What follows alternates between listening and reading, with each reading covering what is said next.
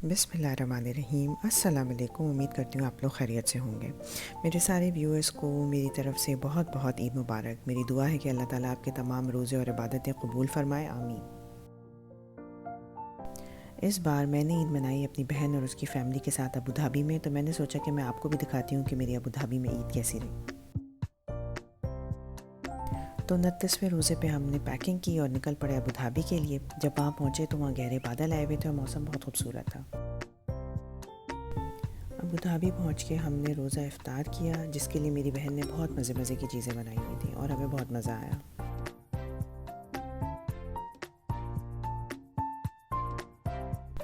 ईद की तैयारी मेहंदी के बगैर तो नामुकम्मल होती है, तो फिर हम सब ने मेहंदी लगवाई और साथ साथ सुबह की तैयारी भी करते रहे। ईद की नमाज़ से फ़ारिग होने के बाद हमने बहुत ही मज़ेदार नाश्ता किया। 1 महीने के रोज़े रखने के बाद ईद के दिन नाश्ता करने का एक अपना ही मज़ा है।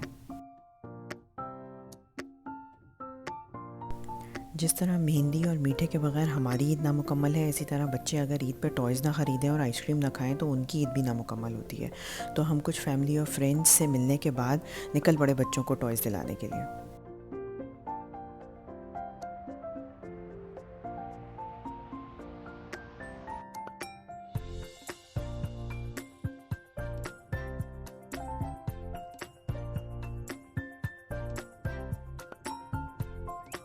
ईद की वजह से अबू धाबी की सड़कों और मॉल्स में बहुत गहमा गहमी थी और सब लोग ईद की खुशियाँ मनाने के लिए निकले हुए थे। टॉयज़ ख़रीदने के बाद बच्चों और बड़ों सब ने आइसक्रीम भी इंजॉय की।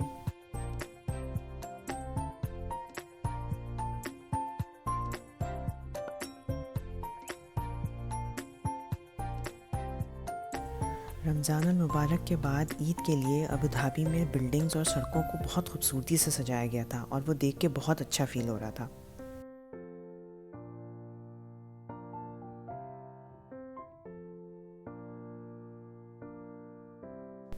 अबू धाबी में ईद की वाइब्स दुबई से काफ़ी डिफरेंट थी और वहाँ काफ़ी फेस्टिविटी फ़ील हो रही थी। इसके बाद हम अबू धाबी कॉर्निश चले गए ताकि हम ईद के खूबसूरत फायरवर्क्स एंजॉय कर सकें।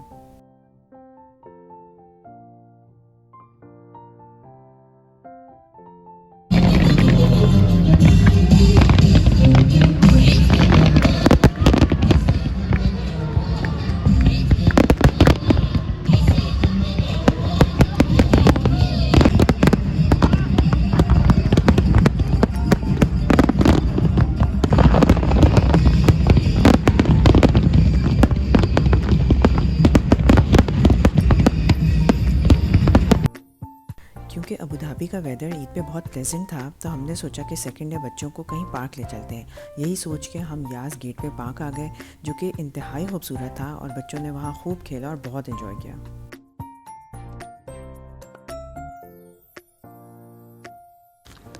अगर आप मेरे चैनल पे नए हैं तो उसको सब्सक्राइब कर लें, इस वीडियो को थम्स अप देके लाइक कर लें और इसे अपने फ्रेंड्स और फैमिली के साथ शेयर कर लें।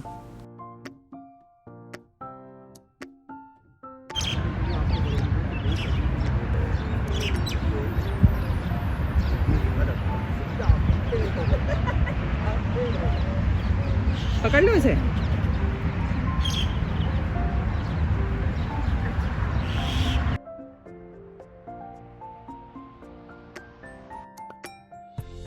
मीठी ईद को मज़ीद मीठा बनाने के लिए मैंने बनाया शीर खुरमा, जिसकी रेसिपी मैं आपके साथ शेयर करूँगी। शीर खुरमा की प्रिपरेशन मैंने एक रात पहले से शुरू की, जिसमें मैंने कुछ छुआरे और कैश्यू नट्स को पानी में भिगो के ओवरनाइट रख दिया। फिर सुबह में मैंने छुआरों के टॉप्स और पिट्स रिमूव किए और उन्हें स्लाइसेस में काट लिया।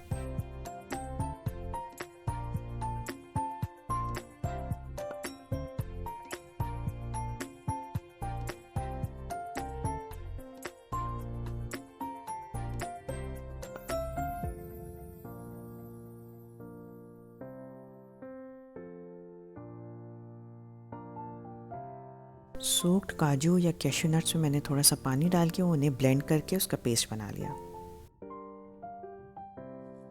फिर एक पैन में मैंने थोड़ा सा ऑयल लिया और उसमें सेवइयों को भून लिया जब तक कि वो गोल्डन ब्राउन हो जाए। सेवइयों को भूनने से उनमें बहुत एक अच्छा सा अर्थी सा फ्लेवर आ जाता है, जिससे शीर खुरमा बहुत मज़ेदार बनता है। वैसे तो आप सेवइयों को भूनने के लिए घी भी इस्तेमाल कर सकते हैं, लेकिन मैं ऑयल प्रेफर करती हूँ, इसलिए कि जब आप शीर खुरमे को फ्रिज में रखते हैं तो घी सारा सरफेस पे आके जम जाता है और ऊपर एक लेयर सी फॉर्म हो जाती है। जब सेवइयाँ अच्छी सी भुन जाएँ तो उसमें दूध ऐड करें और मीडियम हाई फ्लेम पे इसे कुक करें।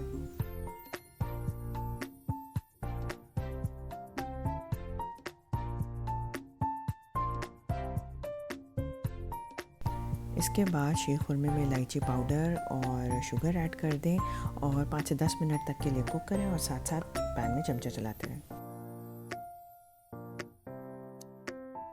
जब शुगर डिज़ोल्व हो जाए तो जो काजू का पेस्ट आपने पीस के रखा था वो शीर खुरमे में ऐड कर दें।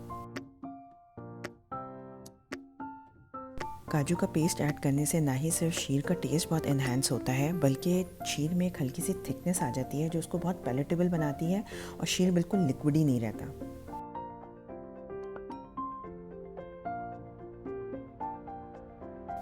फिर आप एक सेपरेट फ्राइंग पैन में थोड़ा सा घी ले लें और उसे मेल्ट कर लें। इसके बाद इसमें कटे हुए बादाम, पिस्ते और छुहारे ऐड करें और उसे हल्का सा फ्राई कर लें।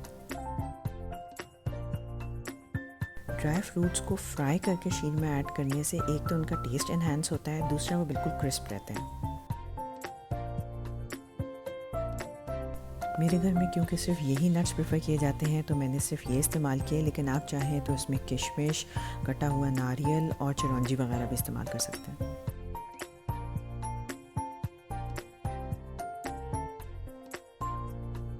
ड्राई फ्रूट्स को बिल्कुल लो फ्लेम पे फ्राई करें ताकि वो यूनिफॉर्मली फ्राई हो। इसके बाद इसे शीर में ऐड करके 5 से 10 मिनट के लिए और पकाएं और आपका शीर तैयार है। इस स्टेज पे शीर में मैंने केवड़ा वाटर भी ऐड किया था, जिसकी वीडियो मैं नहीं बना सकी, तो आप भी चाहें तो ऐड कर लें। मुझे उम्मीद है कि आपको मेरा आज का व्लॉग पसंद आया होगा। अगर पसंद आया है तो कमेंट्स में ज़रूर बताएं। मुझे अपनी दुआओं में याद रखें, अपना बहुत ज़्यादा ख्याल रखें। अल्लाह हाफ़िज़।